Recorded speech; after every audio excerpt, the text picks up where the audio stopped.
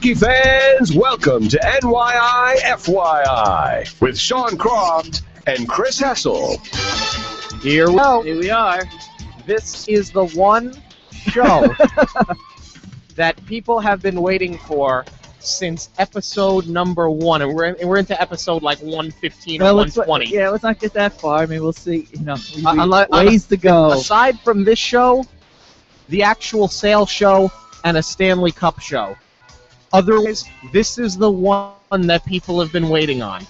I don't care what because nobody thought we were going to be winning a Stanley Cup in 3 years, but I think a lot of people thought this team would be sold, and it was either going to move or it was going to stay, whatever the deal was. This is the one people have been waiting on, ladies and gentlemen. For those of you who grew up in the 90s watching WWF wrestling, as good old JR would say, this one's going to be a slobber knocker. There is no two ways around it. This is the one. Well, I thought that the one was the one where the team had a future, which was the Brooklyn show. But yeah, this is definitely a big step. I mean, you want to temper expectations, but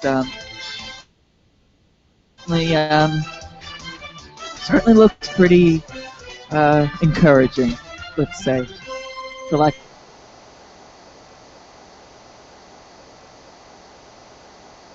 The prospect of Charles Wang not owning the New York Islanders is about as good as it gets right now. I mean, let's face facts here. Let's face reality. This team in no way, shape, or form has been run in the manner as it should have been for the last number of years.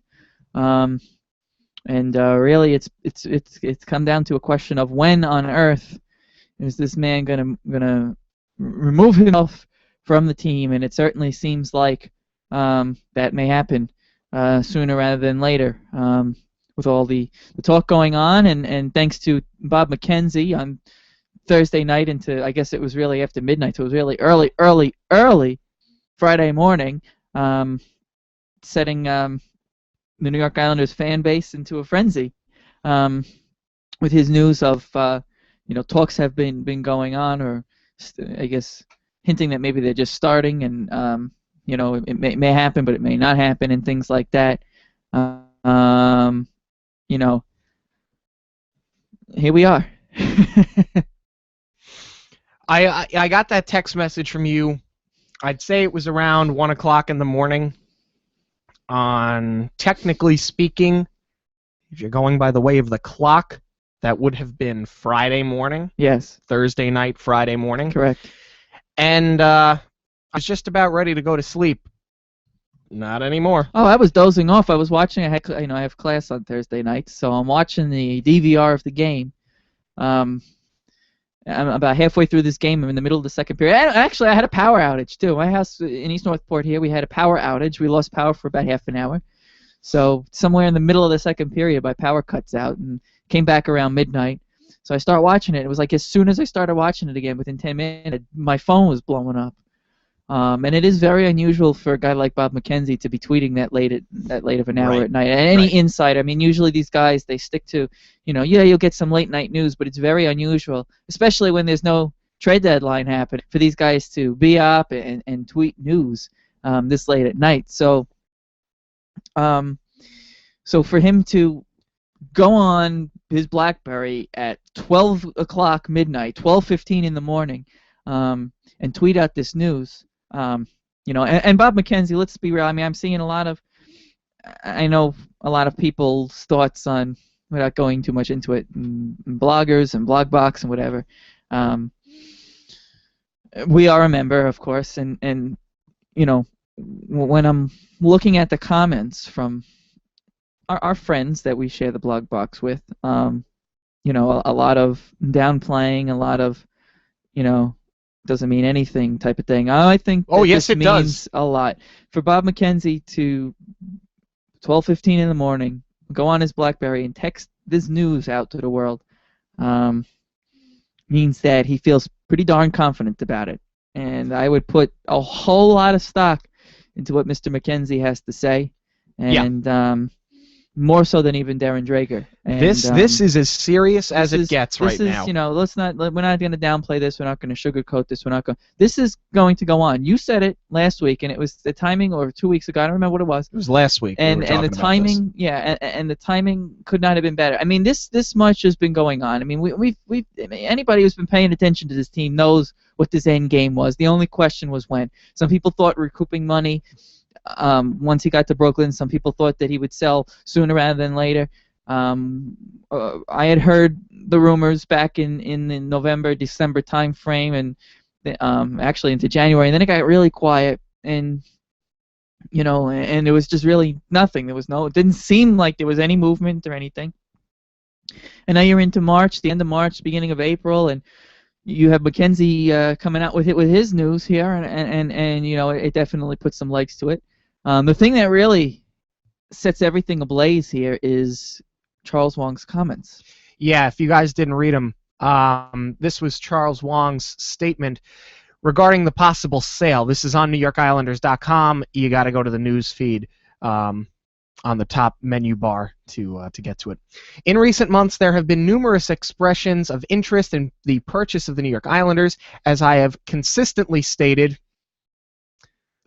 Okay. I have been and remain willing to listen. Let me read that one more time. As I have consistently stated, I have been and remain willing to listen. However, potential buyers' expressions of interest in the team or even my listening to them does not mean that any deal will be reached. Consistently stated? What? What? That's like going into a McDonald's and demanding a Whopper. He has not consistently stated this. And believing that you'll get one. No. The only thing he stated is, obviously, my preference is to remain on Long Island. Yeah. But I have to look at all my options. Looking at all options included him moving the team of Brooklyn at the time. It didn't include willing to listen. No. So, to me, I mean, and Howie Rose said it last night, that's not really much in the way of a denial.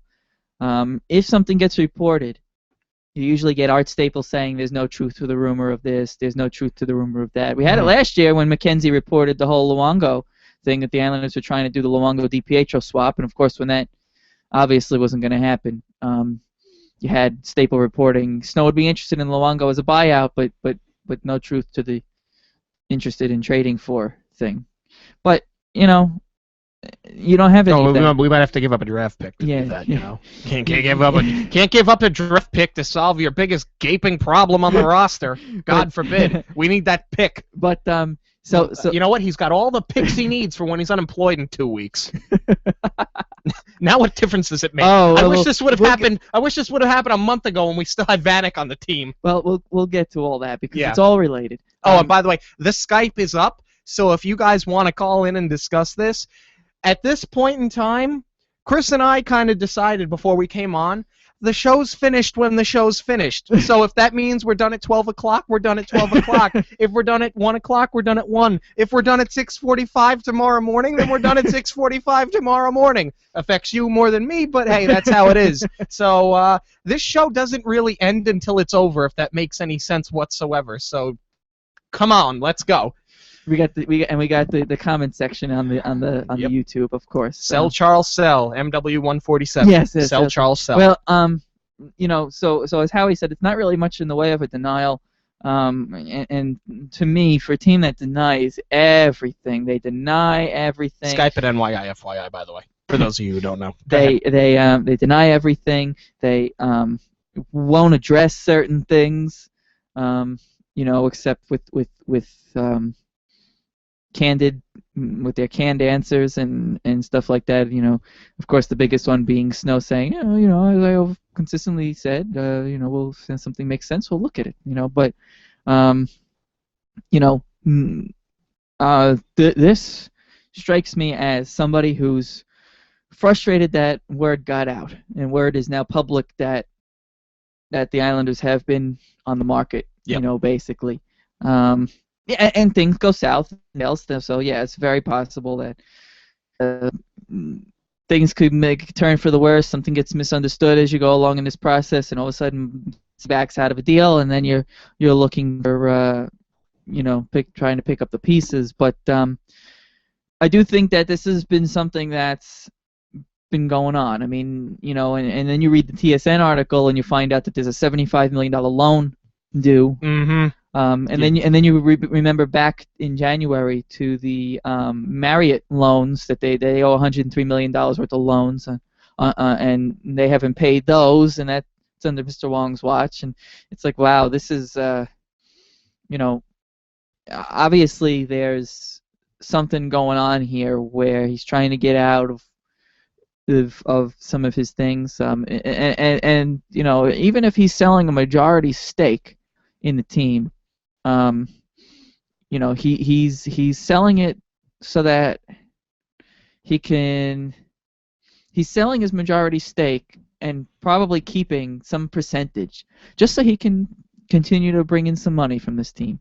Once they get into Brooklyn. Correct. Sure. And he will bring in some money from this team once they get into Brooklyn. He's going to bring in money when he sells this thing.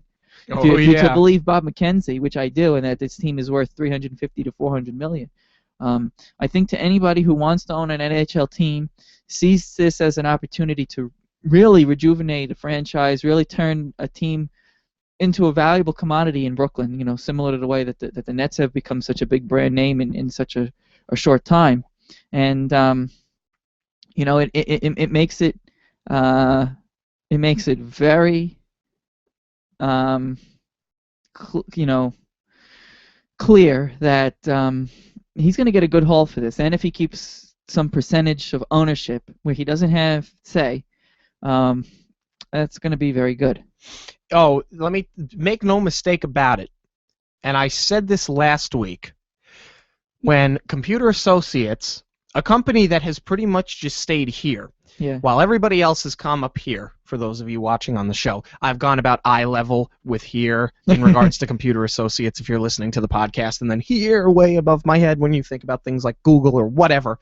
Any sort of technology giant, anything technologically driven, given this day and age, they have always progressed, and Computer Associates has kind of just hung out where they've they've hung out where they were above the curve. They're no longer above the curve, but they're still hanging in that level. And when those layoffs came, what was 600 people 600, last week? We talked about it, and I said, look, this guy is going to be losing money another year. He's obviously losing money with his business. That's why they're cutting all these people, and he's got to go to Brooklyn, and I think that there's something coming. And so here we are. Make no mistake about it. If he owes $75 million on the loan to the team, not to mention the Marriott loan that he hasn't paid off, you're talking almost $200 million. This guy's going to sell. And the fact that you've got Bob McKenzie, one of the smartest and most highly respected reporters in the National Hockey League, when that guy comes out and he puts his word on something, you can bet the house that this is coming, and it's coming soon. Absolutely. This is not something that's going to come next season. I don't think this is something that's going to come anytime after the draft. This is coming, and it's coming now. Especially if he owes them $75 million at season's end. We're a week and a half away from that. Well, I think season's end is defined as the end of the Stanley Cup playoffs. But there's a lot of paperwork. There's a lot of contracts that need to be drawn out. I'm telling you, this has got to be close. I think there's a good chance that this will be done in the summer time frame. Absolutely, I think that there's a good chance that happens. There's definitely a desire to get this team to be competitive before they get to Brooklyn. There's definitely a desire for any potential owner to be coming in and setting up his organization. That's going to be the first thing that happens here. Let's just say, for argument's sake, that this happens before, around the summer time frame, early June, right before the draft. There's going to be a lot of work that's going to have to go into this. But I guarantee you, if that time frame happens, the new owner that comes in is going to want to get a president of hockey operations. He's going to want to get that guy. He may have that guy in mind already if they're that close. He's going to want to get that guy to hire a GM, and then that GM will make his moves, and then they'll bring in a coach and this and that and the other thing. So that anything that happens is going to be a lot of initial stuff. Hey, for all we know, that guy may end up being Garth Snow, because I think it's pretty clear Garth Snow's not going to be the general manager anymore. but I think he can still bring something to an organization just because of his contacts, just because of the fact that he is a former player and this and that. GM-wise, he's proved himself that he's not capable. You know, had he re-signed or gotten a great value for Vanek, he might have saved his job. Probably could have saved his job, but I mean, it gives the impression that he doesn't know what he's doing, and at the same time, he didn't have much to work with. But you know, you got to be creative. He was the backup goalie. Yeah, exactly. He was the backup goalie on Monday, and by Tuesday, he was the general manager. You know, David Poile in Nashville has nothing to work with and seems to make his team competitive year in and year out. Has made the playoffs in half their existence. You know, it gets to the point where the excuses of, well, they don't spend money, they're at the cap floor, gets to be a little stale. You know, and it's a perfectly legitimate reason for why Snow has gotten himself into trouble, but it's not a good explanation for why you can't get a fair market value for you trading one of the best players that's on the block at the deadline. So you know, his future would obviously remain to be seen. I can definitely see them.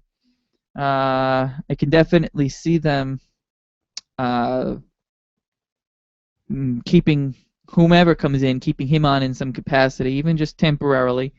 Not necessarily as GM, but you know, when I see that go on, you know, I look at this and you know, the news has been going on. The thing that sticks out in my mind is the Islanders keep things very tight-lipped. And like I said, there was rumblings of this last offseason. There was rumblings of this earlier in the year, and then everything kind of went silent in the January timeframe. And I had, you know, February and March go by, and I hadn't heard a peep regards to this, and then all of a sudden it comes out here late March with Mackenzie's thing, and you know, it's definitely, you know, it's definitely going on. I mean, this has been going on for a while. Like I said, you hear about this, kind of heard about it, some of it in November, but like everything went quiet. So I have no doubts that this has been going on and could be further along than is being hinted. And I think what you're seeing now is a lot of backtracking and the cautious optimism being thrown out there by Mr. Wong, by you know, the Islanders, for the Islanders to address this with such a non-denial statement, for Wong to address this with such a non-denial statement, tells me everything I need to know. For Howie Rose and Butch Goring to talk about it and not touch upon it very much, but kind of verify that it's not much of a denial. And as somebody who has heard Howie speak candidly enough off air, for him to not discuss this or hint at anything much on air except for it's not really much of a denial is it is telling, okay? And you know, and for Staple to come out and not even say no truth to the rumor of, for Art Staple to come out and say, you know, here's the statement that the Islanders are putting out. Yeah, and let me touch upon that. Nearly a day after the Canadian press ran with it, right? And I got to be honest with you. Well, I tweeted at Newsday. Not that it really makes a difference to any of you, but we're just talking about this. It infuriated me that there were 2 or 3 articles up about Mark Sanchez going to the Philadelphia Eagles. And you mean you don't care about Mark Sanchez anymore? He doesn't play for the Jets. Who cares? Yeah, you know what? The guy, only in New York could somebody take you to back-to-back AFC Championship games, and you can't wait to get rid of him. Only here could that happen. But I digress. Point is, it infuriated me. All of the Mark Sanchez articles, not one mention about the Islander move that until much later in the afternoon on Friday. Yeah. Meanwhile, that came in today's newspaper, by the way. Staple had a little blurb about it. Yeah, nice. So 3 days after, we had to go to Canadian Press. Well, come on. I mean, to find out about something that's going on a half an hour away from home. Let's be real with what goes on here. You know, Staple, if Staple is told not to talk about something, he will not talk about it. Remember when he name-dropped Vanek all those days before they ended up trading Molson for him? And he's the one who said, you know, the Islanders may look to deal Molson for another type of rental guy like Vanek, a no more high-end guy. 2 days later, boom, Vanek for Molson.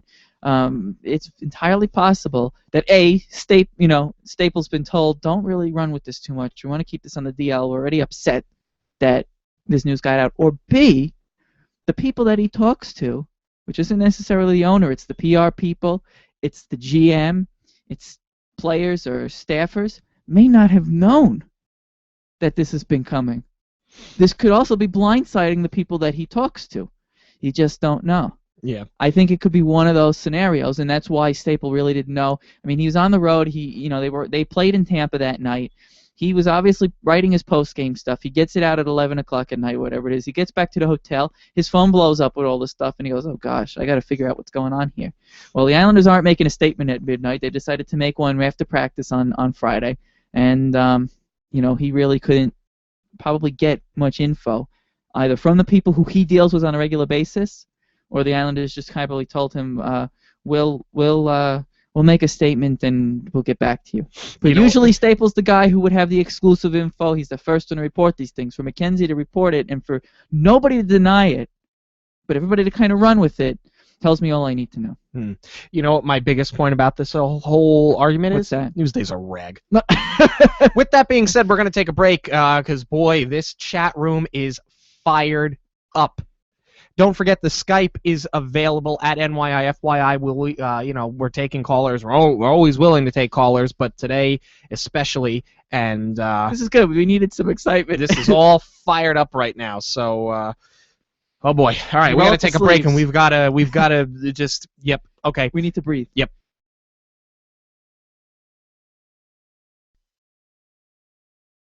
At least we're trying to. We're trying to breathe. So with new seasons, we'll bring new cables to the NYIFYI program. Let's try this again. Oh, I know why. I'm an idiot. You said it, not me. I'm a moron. Okay, take two. You're listening to NYIFYI live on NYIFYI.com. Hey guys, it's Sean, and you've been listening to me talk about Cardboard Memories in Comac for years. A lot of you have checked it out, and that's awesome. But for those of you who haven't, what are you waiting for? Cardboard Memories has everything you want. Sports memorabilia, movie memorabilia. He's got old press passes, old pins if you're into collecting that kind of thing. If you need something authenticated, Scott is the guy to go to. I guarantee it. Look, I've added a ton of stuff to my collection, and there's nowhere else I'd rather shop than Cardboard Memories in Comac in the Pepper Tree Commons. They got all the info right now at cardboardmemories.com. You've got to check them out. Have a question? The forum at NYIFYI.com. Have a comment? The forum at NYIFYI.com. Have a concern? The forum at NYIFYI.com. Need a date for the night? You might want to look somewhere else. But when it comes to hockey, let your voice be heard. Check out the forum at NYIFYI.com. Chat with hockey fans from all over the world, 24 hours a day, 7 days a week, 365 days a year. Membership is free, so log on and be heard.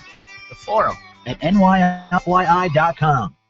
Jack of All Trades Productions, Long Island's premier full-service post-production company, specializing in wedding videos, corporate videos, music videos, and film. Jack of All Trades Productions is there for all your post-production needs. Jack of All Trades Productions uses Avid Media Composer to bring finesse and style to your project, with experience in color correction, as well as sound editing and design. For more information, log on to JackyZo.com. That's JACKIZO.com. Again, that's JACKIZO.com. Jack of All Trades Productions.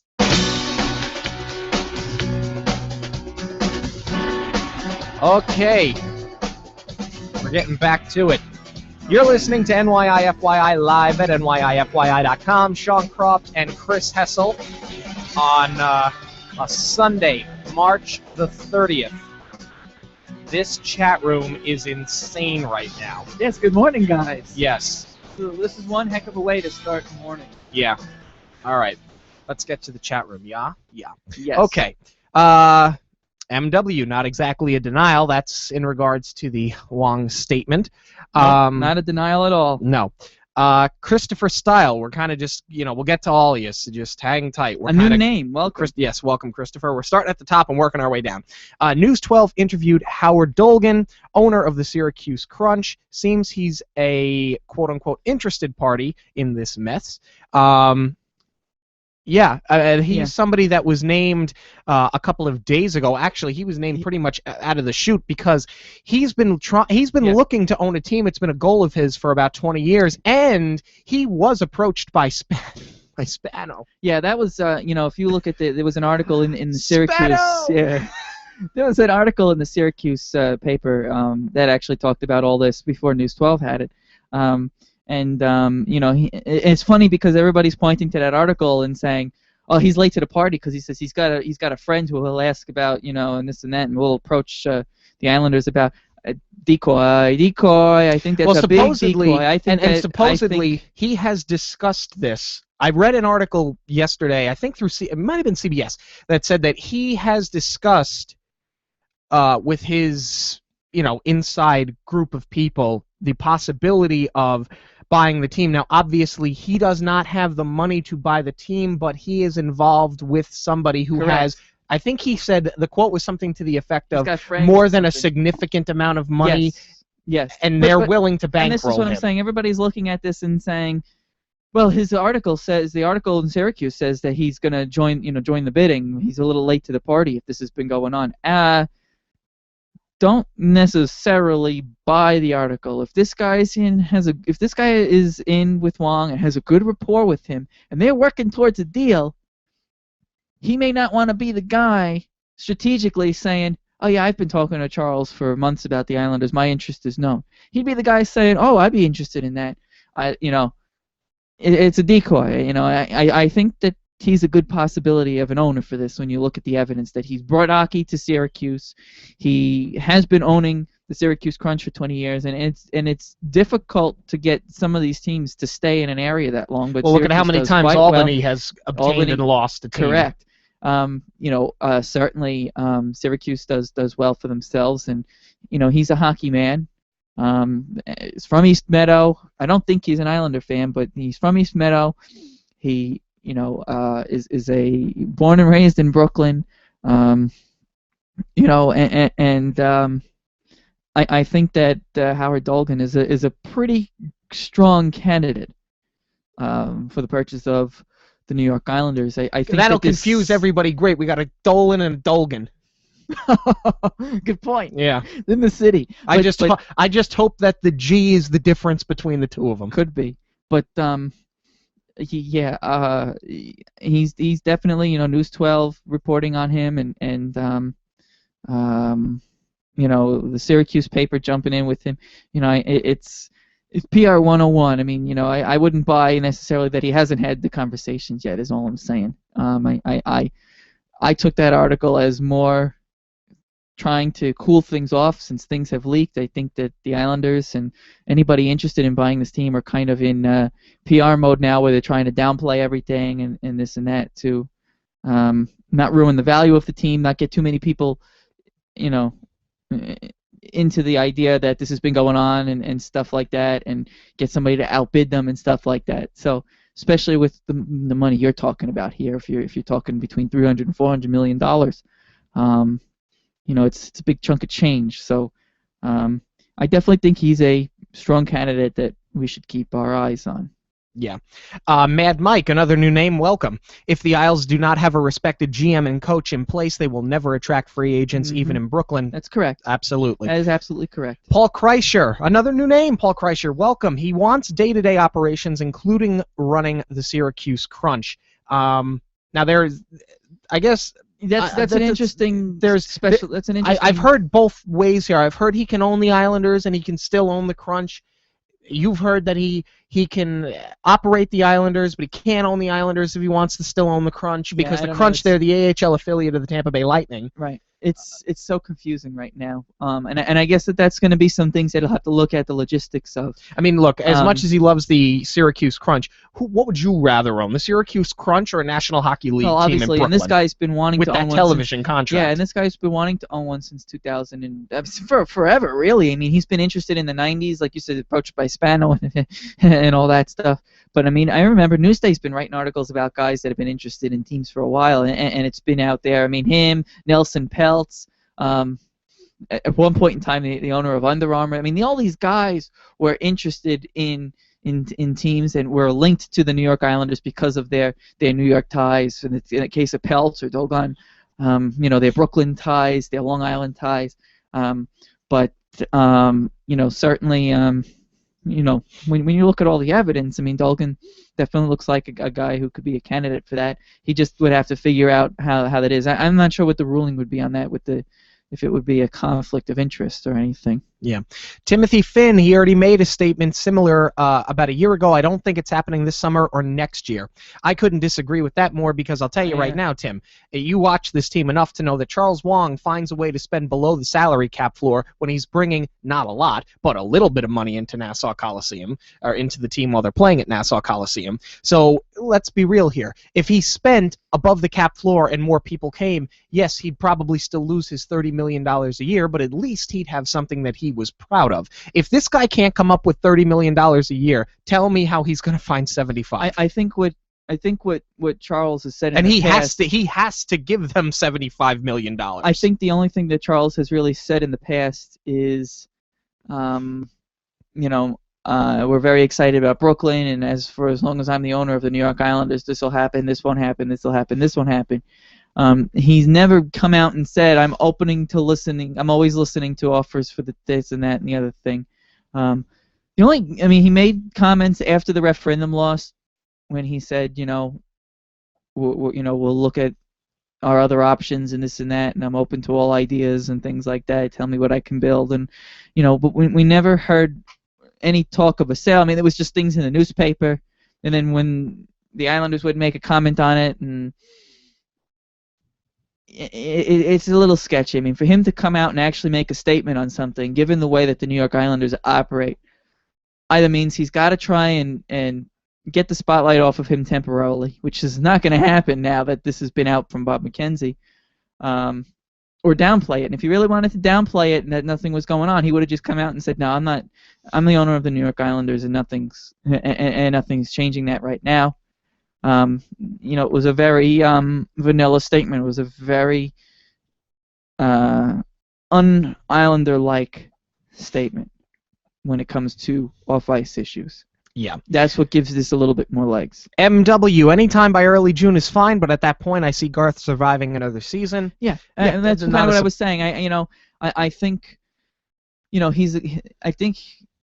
there's some good and some bad. There's more bad there, and I think that anybody coming in would want to see what he can do with an actual budget. And like I said, I mean, this isn't, Garth is smarter than he lets on, but he's terrible with asset management. He could be a good guy in some kind of a front office role, as an advisor, as an assistant, a scout maybe, a scout, something like that. But as a GM of a team that runs on a shoestring budget, he's not good. Obviously he doesn't have that creativity. He doesn't have the Poile creativity. He doesn't have the understanding of the best way to go about things when you're on a budget. Right. BVT Islander, welcome back. Do you think Wong is going to expect too much for the team and struggle to find a buyer? I don't think so. Not at all. I think, a couple of years ago, when there were rumors out there that the Islanders kind of walked away from it and said, no, don't buy, didn't even really acknowledge.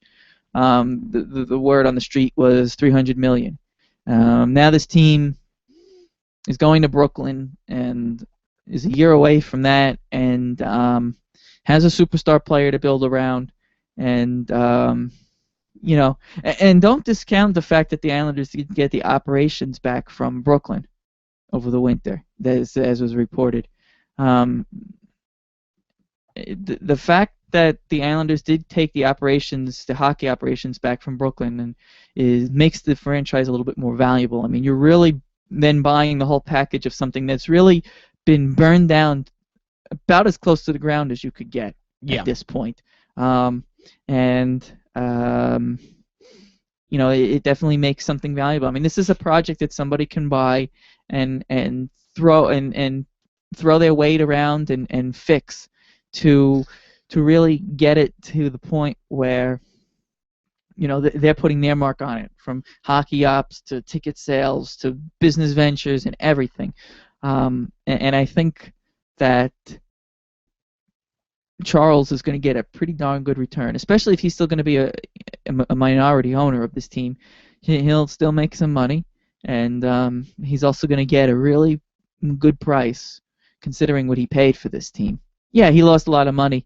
I don't believe it's as much as he's cried or has been reported, but I think he'll definitely get a pretty good return on his investment. I mean, look, the fact that you've already heard about one person and they have named him. They have named the person, this Dolgan, who is a potential buyer.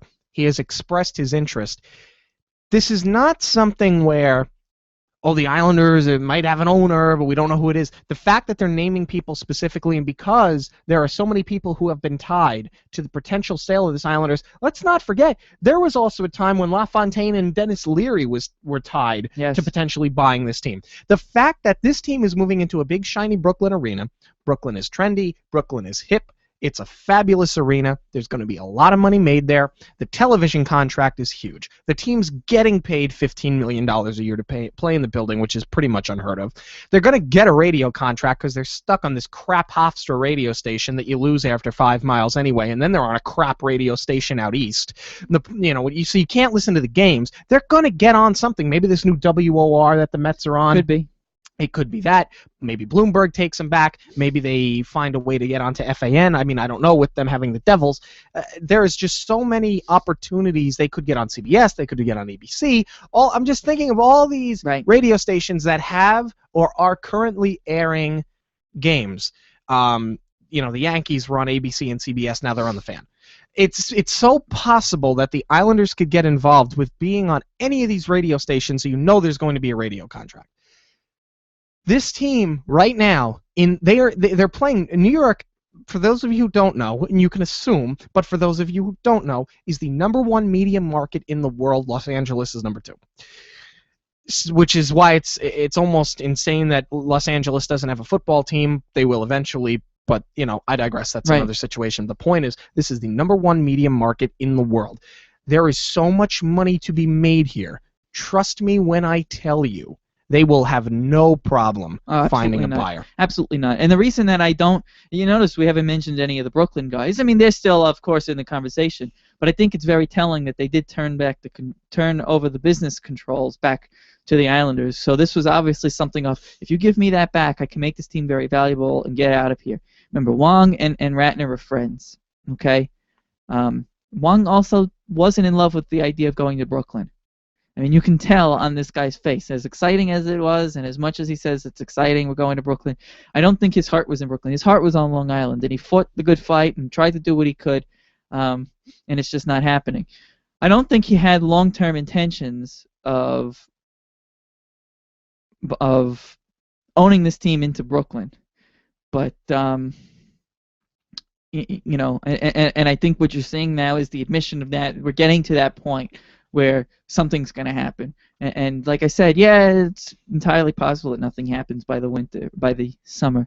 But I get the feeling, given what's gone on over the last few months, and like I said, we heard about this rumblings around the Coliseum back in October, November timeframe, and then it got really quiet around January, and now it's just so eerie.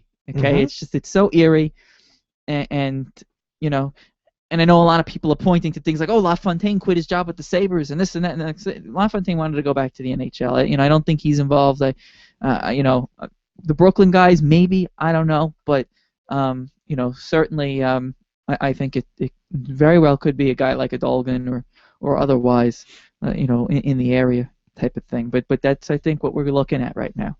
Yeah.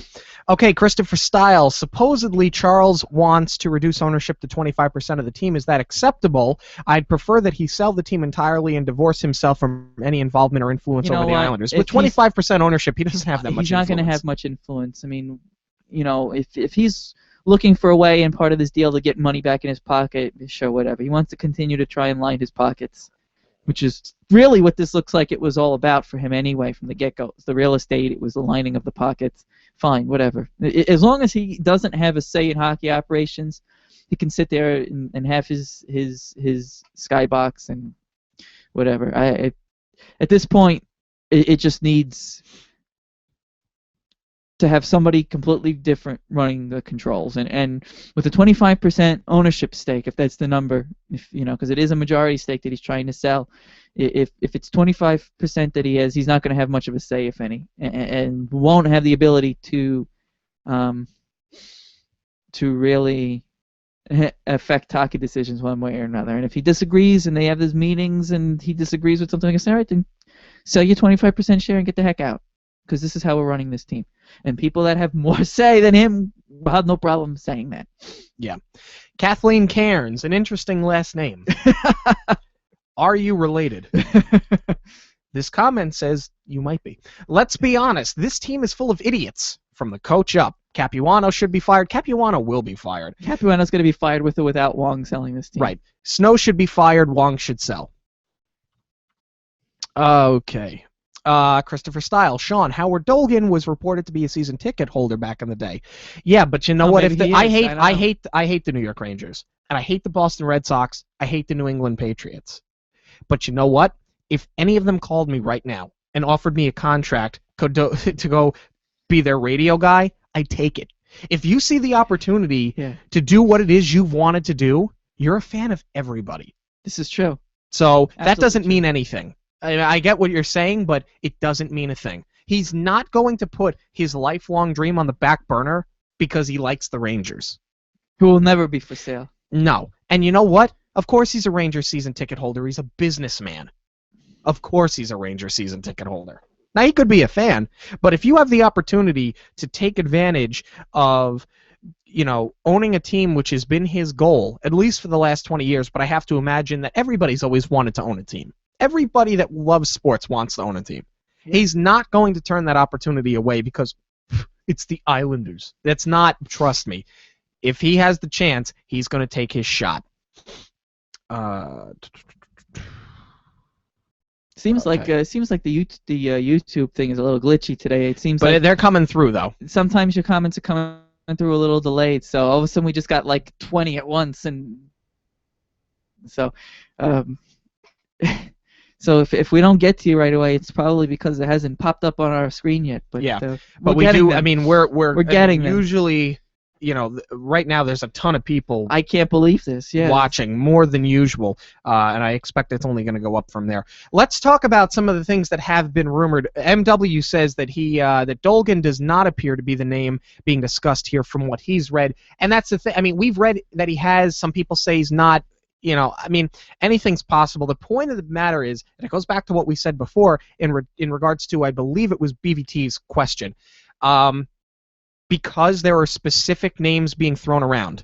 They could be decoys. They could be decoys, but we know that it's not insider sources or a secret buyer. The fact that they're throwing names out there, and names, I mean, Dolgan has issued statements. He has talked to News 12. He has talked to CBS, TSN, or whatever. The fact that he's actually issued statements and the fact that he's being named tells me that he's at least in the running somewhere. Might he become the president of hockey operations where one of his friends bankrolls him? That's a possibility.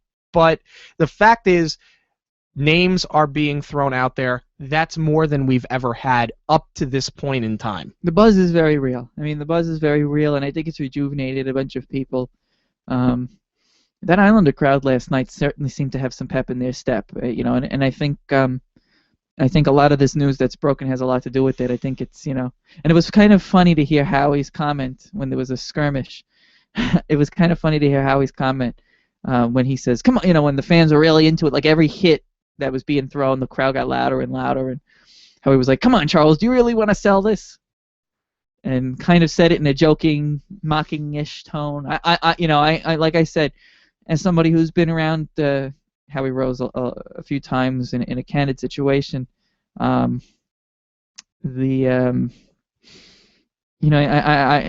usually he would not sugarcoat things, but say things in a specific way as the Islanders would want to put the information out to the viewers. And, I think the mocking-ish, playful tone indicates that he may have a little giddiness at the prospect of what's going on here. Yeah. Tim Finn, Prokhorov won't buy another sports franchise in the U.S. Yeah, I don't think it's him. No. I really don't. I think he's got his hands full with the Nets. And he's made that comment publicly before of, he's got a lot of Russian political interest, even though he lost. I think he still has a lot of money tied up there and a lot of interests in doing something with his home country, and definitely wants to kind of figure out how to get the Nets to be better. I mean, they've been better, but they been an overall disappointment this year. They were supposed to be one of the top teams and played like it the last few months. I think his interests lie more in, what do I have to do to get this team to continue to be competitive? Yeah, but they made nothing but terrible trades. But that's bringing true in too. over the hump players. That's true too. I think he and Billy King were the only two people that thought that the Nets could win this year. Probably. It's possible. I don't know. That's a tricky one for me. I don't. I know there's a lot of people who seem to think that there's going to be a former player as a figurehead. It's entirely possible, but I'm not sure. I mean, I can see a former player being named as the president of Hockey Ops. I don't think it'll be choice, LaFontaine, though, because he just comes and goes so my often. choice, if whoever was owning this team, my first call, if I was buying this team, and God, I really hope I win the lottery and I could throw my hat in the ring, but if I was buying this team, the first call that I would make is to Jimmy Devellano in Detroit. That would have been the first call that I would make, absolutely, 100%. So you have to imagine whoever's coming in may bring in a player, not necessarily as a figurehead for the ownership group, but maybe as a team president type of thing, president of Hockey Ops. You're seeing a lot of guys are coming in that way, and you're getting a lot of guys that used to be involved in front offices now, the Ron Francises, the Joe Neuendijks. You're getting guys like that Yzerman was kind of doing that for Detroit a little bit. He was an assistant then, kind of a president of kind. You're seeing a lot of situations like that go on, and never say never, but I don't see him. I don't see Pat LaFontaine as a guy. No, I mean we heard that on and off. There's rumors that he doesn't want to be involved with a team. We had that on and off. We even tried to get him on the show when the first rumors were going on. Right, if you remember. Yeah, we tried to get him. We couldn't. Not a huge surprise, but we tried. All right, we're going to answer like one more question, then we're going to take a break, and we're going to get back into the rumors and get back into the chat room because, like we said, the chat room, it's coming in piece by piece, so we're going to kind of give everybody the opportunity, and we got to take a breath. Tim Finn, Ratner won't get into an ownership group for this team. He's a developer. He might not get into the majority ownership group, but don't be surprised if he's the guy that gets the 25% when Wong is done. Could be. That's what I think. That could very well be. All right, we got to take a break. All right, keep coming with the chat room. Skype at NYIFYI. And when we get back, we will discuss the rumors going around, some of the numbers being thrown around. It's a very fun and interesting time to be an Islander fan, which is a total flip from the attitude on this show last week. You're listening to NYIFYI live on NYIFYI.com. Follow the guys on Twitter at NYIFYI. They might just tweet you back. Jack of All Trades Productions, Long Island's premier full-service post-production company, specializing in wedding videos, corporate videos, music videos, and film. Jack of All Trades Productions is there for all your post-production needs. Jack of All Trades Productions uses Avid Media Composer to bring finesse and style to your project, with experience in color correction, as well as sound editing and design. For more information, log on to JackyZo.com. That's JACKIZO.com. Again, that's JACKIZO.com. Jack of All Trades Productions. Have a question? The forum at NYIFYI.com. Have a comment? The forum at NYIFYI.com. Have a concern? The forum at NYIFYI.com. Need a date for the night? You might want to look somewhere else. But when it comes to hockey, let your voice be heard. Check out the forum at NYIFYI.com. Chat with hockey fans from all over the world, 24 hours a day, 7 days a week, 365 days a year. Membership is free, so log on and be heard. The forum at NYIFYI.com.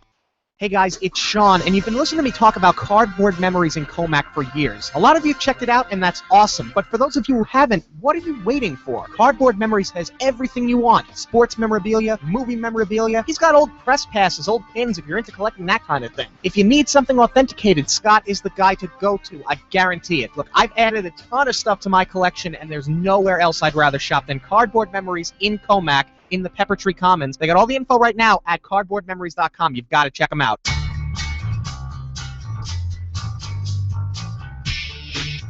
Welcome back to NYIFYI live at NYIFYI.com. Sean Croft and Chris Hessel talking about the potential sale of the New York Islanders, and I think without question the most amount of viewers we have had ever certainly I think the largest amount of viewers we've had or listeners we've had since leaving CW Post. But I mean, as far as being back here, bar none, this has got to be the largest audience we've ever had. So thank you for that and welcome. Yeah. To go back to what we were talking about before, we're going to talk here in the chat room for a couple of minutes, and then we got to get to our thoughts, and then we'll get back to this. Christopher Style. Well, I hope that this isn't all false hope. Considering the money that Charles has to pay, I think not. And that's kind of where that's where my head is at right now. He has to pay up $75 million. Yeah. This guy can't find, $50 million to put together a sensible hockey team, in which case he would be bringing a little bit back. So he wouldn't lose all of it. And yet, you're telling me he's got $75 million sitting in the bank? I would hate to think that he has $75 million sitting in the bank, and he's been running this team with a shoestring budget and no team president. And yeah, I mean, I understand. I mean, I think like people are right to kind of be a little bit cautious with this, to be a little pessimistic. I mean, it's not something that like I said, is set in stone. But I think the evidence. And that's what it is, You're building a case with all the evidence, and I mean, this has been the direction that this has been going in. I mean, anybody, again, like we said earlier in the show, anybody who's been paying attention, who's followed the ins and outs with this team, just like you or I or any of our listeners out there right now, you could kind of see the path that this was going down. The loan is certainly a big bubble that's out there. You couple that now with he owes all this money, and then he was going to owe all these players' monies on backloaded contracts, the buyout of the Rick DiPietro situation, paying money to a guy that wouldn't count against the cap. It's a very interesting, and I think that the trend is going towards a sale here. It's really, to me, a question of how long has it been going on. Like I said earlier, I mean, November time frame when we were hearing things, December time frame, and the January kind of got really quiet. So is that really the down and dirty time frame when they were going on? And for the last 2 months, it certainly seems like that could have been what's been going on. That things got to a pretty serious point where Bob McKenzie hears from somebody in the NHL offices, it's been going down for the last 2 months. This has been happening. Of course, there's also the possibility Bob McKenzie knew about this since the whole process started back in October or November, and only felt confident enough now to send out this information. So, I mean, there's a lot that's going into there, and I think the statements that you're seeing of just because I'm talking doesn't mean a sale is going to happen. It's a cop-out. Is the way of saying, yes and no. It's the way of saying, never say never, but things could be happening, things could go sour, this and that, but things have been happening. I'm not going to deny that type of thing. And that's really what I make of this situation. Yeah. MW, we must, big capital letters, must have a respected and experienced hockey guy brought in as the president. No LaFontaine, too much nonsense with him. And that's why I'm kind of soured on him and kind of don't think he'll end up being the guy. I don't think Pat LaFontaine really knows what he wants to do. I think this is a guy who likes his job with the NHL, and I don't know if that was a reason why he quit the Sabres gig or if it was the whole Miller trade thing, but I mean, it certainly doesn't look pretty good for him. Well, unfortunately, what we've 10-foot pole. As I wouldn't either, because I like the guy. Obviously, a fantastic player, a nice guy if you've ever met him. But what we've learned about Pat LaFontaine is he's very flaky. Very much so, and in the ways of if you do something that I'm not on board with, I just take my ball and go home. Yes, and this team has been so unstable and has so many problems for so many years. The last thing you need to do is bring in somebody that, could only, shake it up anymore. And this is where, and I want to get your take on it, but I'm not totally on board with Paul Kreischer here. What do you guys think of bringing in Mark Messier? He's got experience learning from Sather, which is a scary thought within itself. He's an NHL name. He's New York, and he's looking for a spot if Snow goes. And Mad Mike says, like Messier also would also stump Rangers fans forever. The thing with Mark Messier, in my opinion, is Mark Messier is so committed to the New York Rangers, which is fine. Well, yeah, them and Edmonton, but I mean, And Edmonton, listen, but you never said what interest. I'm sorry, go ahead. my thing with Messier is this. Messier, I believe, wants to be the general manager of the New York Rangers. With what Jim Dolan is doing right now with the New York Knicks and bringing in Phil Jackson, what we know about James Dolan is that James Dolan puts way too much faith in way too many people, and he tends to stick by his friends, a la Sather and a la Isaiah Thomas. With that said, if Phil Jackson, which I think he has the ability to do because he's already told Dolan, we're running the team my way, if he comes in and turns the Knicks around, there's nothing that says that Dolan doesn't get another bug in his ear and decide to do something similar with the Rangers, in which case Sather and all of his horrible trades and contracts is out the door. If Messier were to get a job as the general manager of the Islanders, while I believe he would be a very good job, and of course he's a legend and he's a face, my fear with Messier is that there's a chance that if Messier comes here, becomes the general manager or the president of hockey operations, if that Ranger general manager job opens, I don't know that he would turn it down to stay with the Islanders. And then the Islanders would just get somebody else.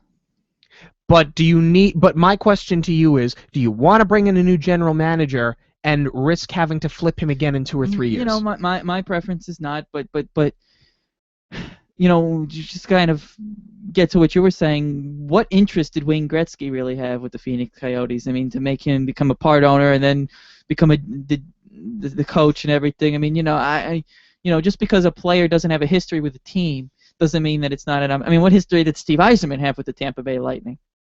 None. You know, but this is a guy who, and it's similar to the way that you were talking about. What was his future long term with the Red Wings?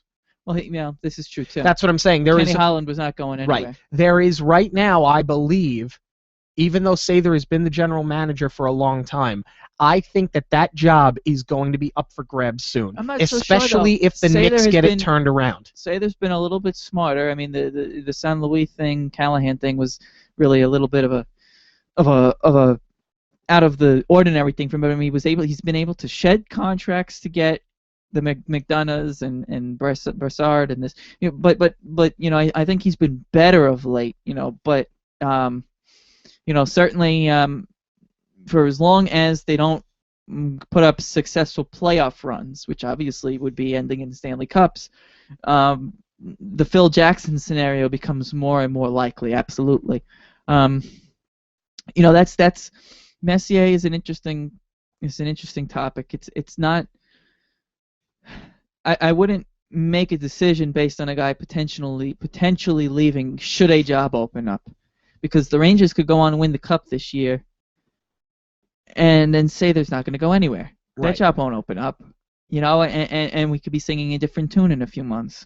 I think Messier's been brought along the right way. I think he's a smart guy and would definitely do a good job with the team and would have a chance to. Would have the chance to, you know, put his own mark on something and prove that he knows what he's doing. It is interesting. I think he would be very good. I think he would be good. It is interesting considering he wanted to be included in the Rangers talk for head coach, and they really didn't put much stock into him, and it sounded like he was a little offended from that. So you definitely think, though, he may also come here and do a phenomenal bang-up job. I think that he would, just to kind of stick it. But at the end of the day, who do you think? And maybe we can't answer this question because we're not him, and we're not trying to accuse him of being anything. We just know that he's very loyal to the Rangers.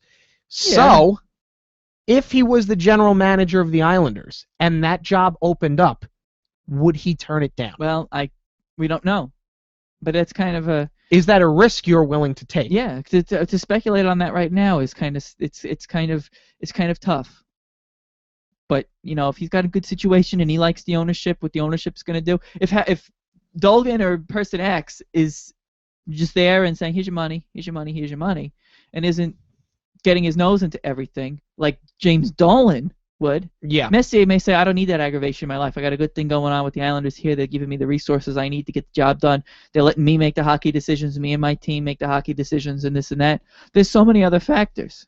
I'm not saying that I don't think he would be a good candidate or do a good job, but when you brought up Jimmy Devellano before, I would think I don't know if he somewhere. wants to be a GM. But let's just say that there was interest in on his end. I think he's a little older. He sticks to being hockey ops. If somebody like that were available, that could make the team credible. Messier obviously would do that. But if there was somebody else out there, maybe that could do it. I would not be opposed to looking at that person. Oh no, absolutely. Before looking at Mark Messier. There should be a nice, decent lengthy process of going through and finding the guy for this team. It's been that area of the Islanders has been neglected for the last 20 years in such a horrible fashion that it needs to be a good, thorough process when this ultimately goes down. The person that I would not mind, and no, I don't know that anybody out there is going to like this, but a candidate in my eyes for general manager of this team. Kevin Poulin. Yes, Kevin Poulin. And we're going to get Dwayne Rollison out of retirement to be the head coach. If any of these candidates were not necessarily available or not interested, I would look at Ryan Jankowski. Wow. I think that this guy did a fantastic job for this team while he was here as the head scout. I think that he was given a raw deal. I think that he was let go in a BS budget cut. There was no reason for him to be let go. And I think he's a smart enough guy. I think he's young. I think he's savvy. I think that guy, if all else fails, is a very solid plan B. Yeah, there's a lot of solid options. I mean, and you hear names like Ron Wilson's looking to get back into the game. Brian Burke was looking to get back into the game, and he's now with Calgary. He's going to be hiring a GM at some point over there. Like I said, for as long as there are names that are out there as guys that would like to get involved, Jankowski is definitely a guy that a lot of teams, I think, at some point they're going to be interviewing for different positions in their organization. I mean, he's the, as an assistant, as a GM, as something. And then some of the older guys, I think, are going to be guys that get looked at for president of hockey ops, the guy that hires the GM and then lets the GM hire the coach and this and that. I think you're going to get into that situation a lot, and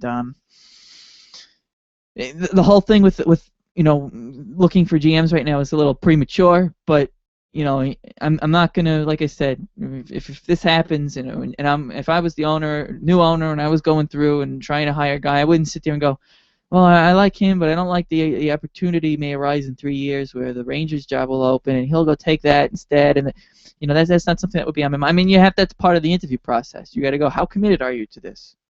You in here for the long haul? And those are questions that you can ask, and I've gone on job interviews and they ask that, what is your thoughts on this, that, the other thing. What would you say to this, that, and the other thing? I mean, that's part of the interview process, and it's the way that the Islanders worked this in the past. It's why Scott Gordon was there for 8 hours at his interview, and why Tortorella was there for basically 45 minutes. It's just the way that things go. Yeah. Let's talk about what we've heard as far as the rumors go. What we've heard is that at least a number in regards to the sale of this team. We've heard between 60 and 80% done.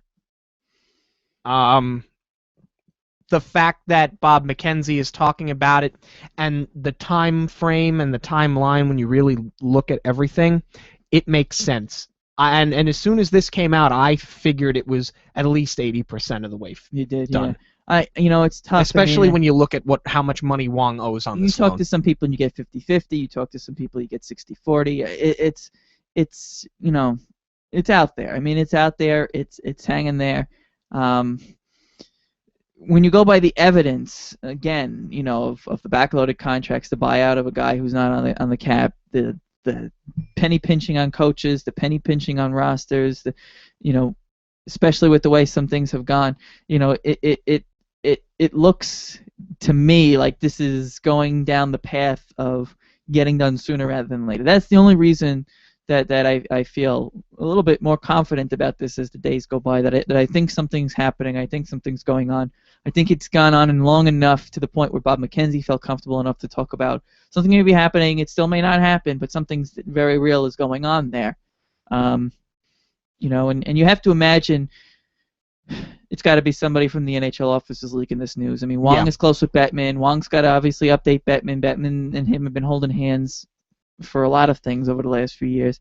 You got to imagine it's leaked through Bettman's thing. Well, you know, Charles Wong's here a lot, and somebody says, some secretary or some staffer says, well, you know, he's been talking about the future of the Islanders. They're moving to Brooklyn, but I don't think Wong's going to be there much longer. You know, he's been here a lot and this and that.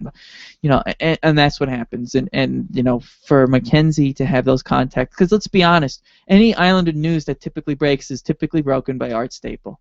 It's not broken by Bob McKenzie. Staple usually has the first go around, at least with the player news and stuff. So when it comes to the off-ice stuff, you know, and nobody knew the Brooklyn announcement was coming too. That kind of came out of the blue, if you remember that. We said that in the morning. And we said that last week, too. Came up that morning, and all of a sudden, Mayor Bloomberg was in Brooklyn. What? That's weird. And then there was a big press conference in Brooklyn, and everybody said, yeah, the mayor and the borough president wouldn't be there to announce a preseason game. So, you know, the way that the Islanders work with their off-ice stuff is they like to keep it quiet, on the down low, and then all of a sudden, you know, big announcement comes. Just like when the whole referendum thing happened, all of a sudden that was boom, here it was. You know, so when it comes to off-ice future stuff about this team, that stuff like they like to keep very quiet. And the statement and the Dolgan article tells me that they're trying to do PR 101 to get the spotlight off of them, to kind of downplay everything.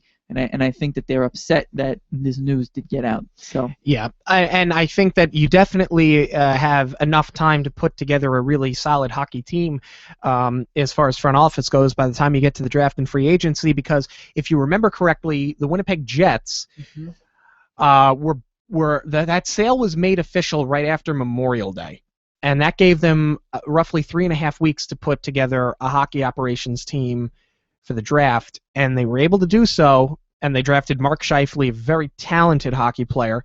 You know, he's just got to stay healthy.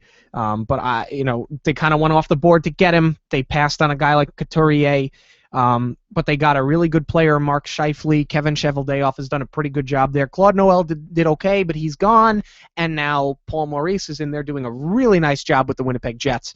I think that if you give them a couple of months, even a month, I think gives you more than enough time. I'm interested to see in the next week and a half whether Capuano and or Snow get fired.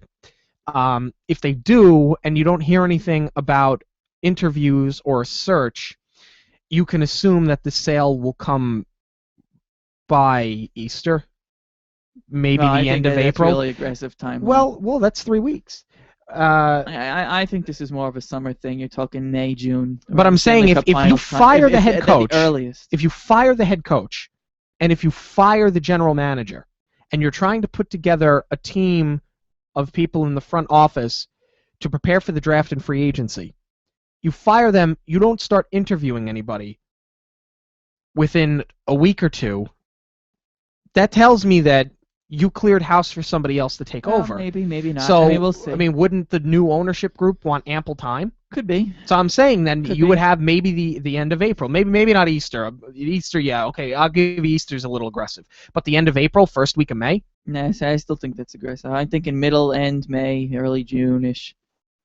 Give yourself a month before the draft type of thing. Yeah. I don't know. It's gonna. I mean, we got to get there first, but. And then we just spent all this time talking about general managers, and nobody talked about who you want as a coach. Yeah, well, it's. But I mean, we could sit here for another 3 hours, right? And it depends on who the GM is. We can sit and talk about our wish lists. We don't even know if this is gonna happen, you know, type of thing still. But you know, I think we can feel pretty safe. I mean, everybody knows who's at the top of my wish list. Yes, I know. I think we can feel pretty safe at the direction that this is headed in. Yeah. All right, I think it's time we can move on now and talk about the games from this week. Islanders coming away with 2 out of 3 wins here was much better than I thought we were going to see. I thought that maybe I think I guessed an 0 for 3. You guessed 0 for 3. I think I was their week. Right. Dude, they did 3-1. You know, beating teams that they usually don't beat in Columbus, beating teams that they don't usually beat in the Carolina Hurricanes. Still losing, but you came back and you're able to come away with a win against the Devils. Yes, still losing to Tampa Bay. The Carolina game was so wacky. I mean, if you walked out of the room, yeah, and it was a tailor-made Islander loss. Yeah, exactly. See, I was talking to was like Carolina just came back and really started giving it to them. Colin McDonald with 2 goals here. Matt Martin with 2 goals. Cal Clutterbuck with a goal. Yeah, it's good to see those guys kind of step up with some of their goals. You know, McDonald's been better of late. I mean, he still hasn't been to the level that he was last year.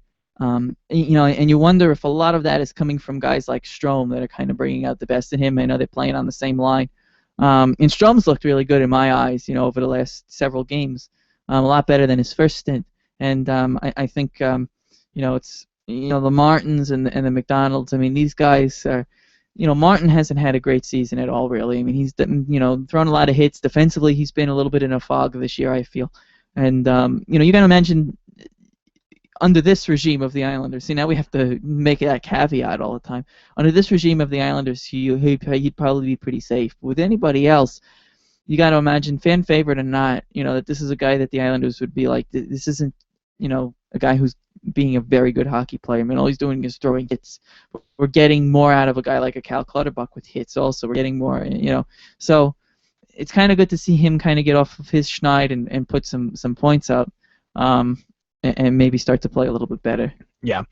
The game against Tampa Bay on Thursday night, Ryan Callahan with 2 goals for Tampa Bay, Ryan Strome and Matt Donovan with goals for the Islanders. What a ridiculous game. 13 rounds This of is the another shootout. ridiculous game. And Sammy Salzit. Yeah, you know, it was kind of fun to see guys like Brock Nelsons and the Colin McDonalds that they never had the opportunity to do these come in with some good things. Some nice moves, too. You know, Brock Nelson with some nice moves, you know, last night in this game. And I would just like to point out, it's just my opinion as to how inept our coach is, that he puts, in this order, Josh Bailey, Cal Clutterbuck, and Matt Martin into the shootout. Well, he's giving people... Without Anders Lee. Before Anders Lee. He's giving guys an opportunity, really. I mean, yeah, but you're trying to win a game. It's garbage time. Yeah, but you're trying to still win a game. But you never know, too. What did Cal Clutterbuck and Matt Martin show in practice? We don't know. Maybe they do well in these. But you would have put Josh Bailey in a shootout before Anders Lee because it's late in the season and I got to see what I have in Josh Bailey. No. I'm just saying if Josh Bailey is good with the one-on-one situation. The Islanders have put Josh Bailey up high a lot in their shootouts. Absolutely, they have. Do you believe this was the right decision to make? Do I believe this was the right decision to make? No, I probably would have put one of the other kids. Right. I mean, he started off with Strome, but you know, this was. I thought the Islanders played a really good game. I thought that Nabokov played. I mean, Nabokov has been better of late. He has. You know, he stopped a lot of pucks, and I think, you know, that they played a pretty good game. You know, grinded out a lot of things. You know, they realized that. Maybe he realized a little bit that he doesn't have as much of a say on the Lightning's finishing rather than the way that the Blue Jackets can finish or the Devils can finish, of course. But, yeah, I mean, you know, that's all, whatever it is, you know, it's, again... Throwing up more goose eggs on the power play. Yeah, the power play struggled. I mean, they had some great chances, too, in this one. They had some great chances on the power play in this one. You know, kind of didn't get the job done. I'm not liking what I'm seeing a lot as far as the looks on the power play. You know, it's kind of tough without Tavares being there, and without, you know, I mean, Amac was okay on the power play, and of course Vanek was a threat. Without a Poso in the lineup, you definitely really at bare bones because you're dealing with young kids who had space and time in the AHL, maybe don't have it now. You know, Lee and Strome. getting heavy power play time, but it's not producing any results.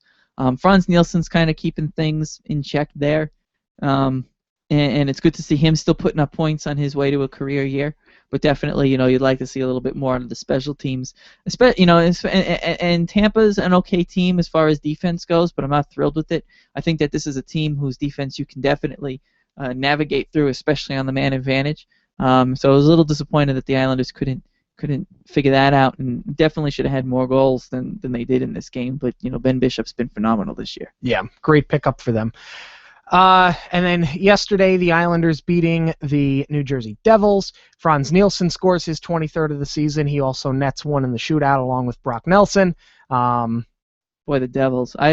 You don't know what to make of this team. They are such a night and day team. I remember a couple of years ago that they used to be very good with the shootouts. They had the Kovalchuks and the things, and Brodeur was stopping everything. And now they haven't won. They've scored one goal in the shootouts all year. And they're like 1 for 30. And they're 0-10. Oh my gosh. 0-10 in the shootout. And this team is struggling for the playoffs right now. I was reading something this morning on Twitter that said if they had won half of those games, that they'd be in like the second wild card spot right now. Yep. I mean that's a killer. I mean the shootouts, I don't like them, but that definitely is a killer. That definitely matters. A team that really couldn't lose lost this game. Same thing for the Blue Jackets, last week against the Islanders. I mean, you're getting into the spot where these teams are in positions where they really need to win these games, and the Islanders are preventing them from doing it. And you're seeing a lot of names like Nelson,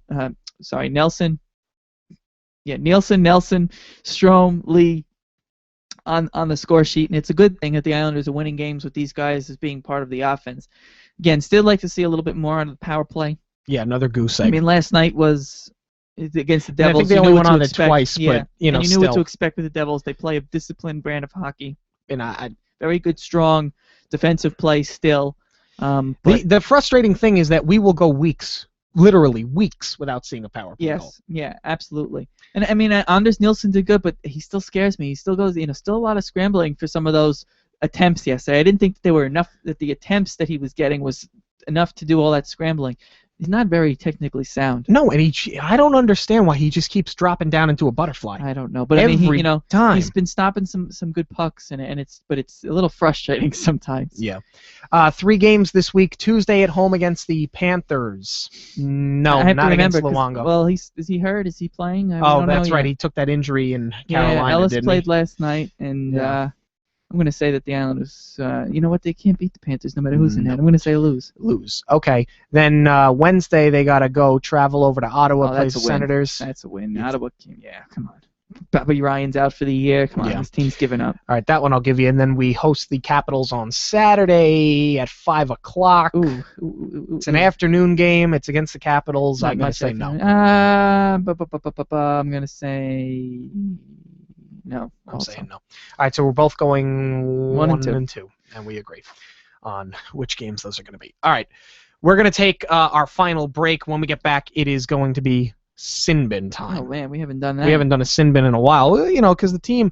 the Sin Bin we haven't done in a couple of weeks because the team has either been so bad that none of them deserve to be in, or they were playing so well where you're kind of digging for something, but I know exactly who's going in the Sin Bin this week.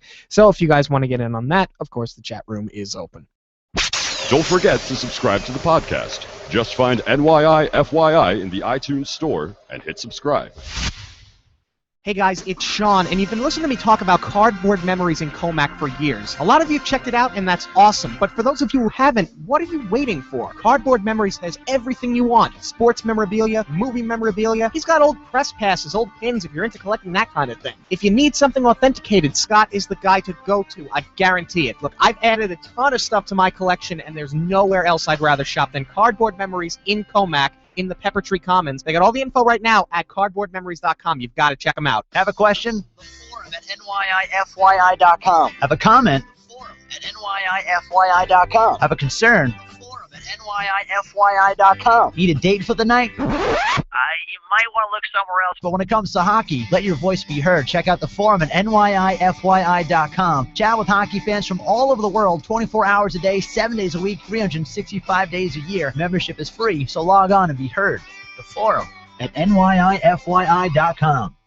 Jack of All Trades Productions, Long Island's premier full-service post-production company, specializing in wedding videos, corporate videos, music videos, and film. Jack of All Trades Productions is there for all your post-production needs. Jack of All Trades Productions uses Avid Media Composer to bring finesse and style to your project, with experience in color correction, as well as sound editing and design. For more information, log on to JackiZo.com. That's JACKIZO.com. Again, that's JACKIZO.com. Jack of All Trades Productions. The NYI FYI Sin Bin, presented by Cardboard Memories in Comac. Cardboard Memories is located in the Pepper Tree Commons on the corner of Jericho Turnpike and Comac Road. More info at cardboardmemories.com. Here's Sean and Chris. All right, my Sin Bin pick this week is very easy. Doug Waite, New York Islander power play. Oh, for the power play. I mean, it's terrible power play. A case can be made for we're dealing with a lot of injuries right now, but the power play sucked all season. Yeah, I mean, it's a Jekyll and Hyde power play where they're either showing up and they're getting great chances, and then they go on another power play 3 minutes later and they are passing the puck and getting one shot in 2 minutes. I am so frustrated. We go weeks.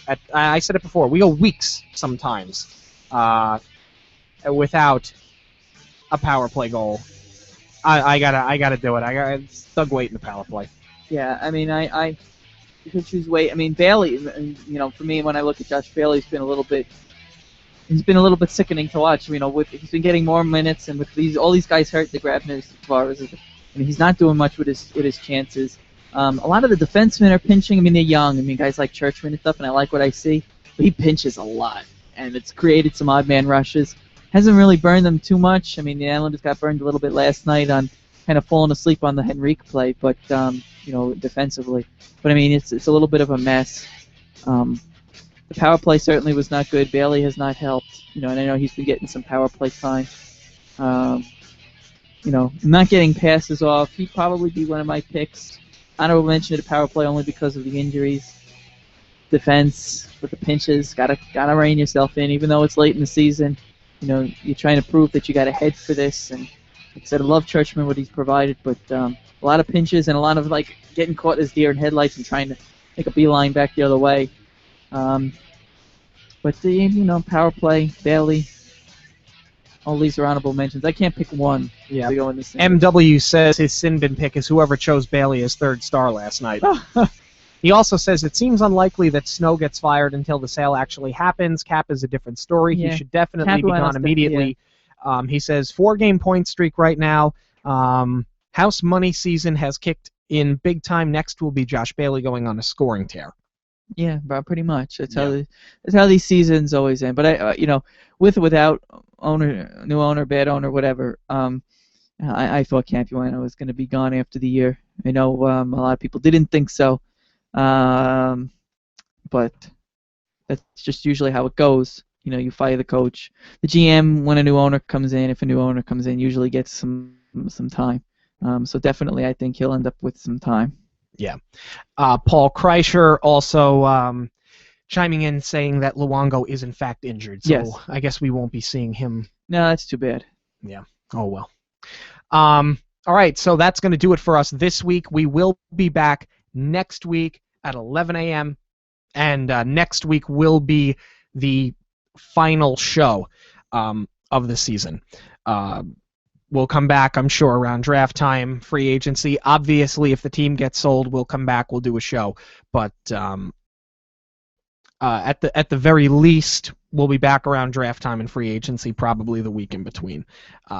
So that's going to do it for us this week, and thank you all for joining us. Thank you for all of the newcomers. We appreciate it. Welcome. We hope you guys enjoy what you hear. We hope you come back. Remember to like us on Facebook, follow us on Twitter, and that's it for now. It was a hell of a ride. Yeah, it was definitely something. A lot of stuff to cover. So keep the faith, and hopefully pray for sooner than later. Yeah. For Chris Hessel, I'm Sean Croft. We're all Islanders, and we'll see you guys next week.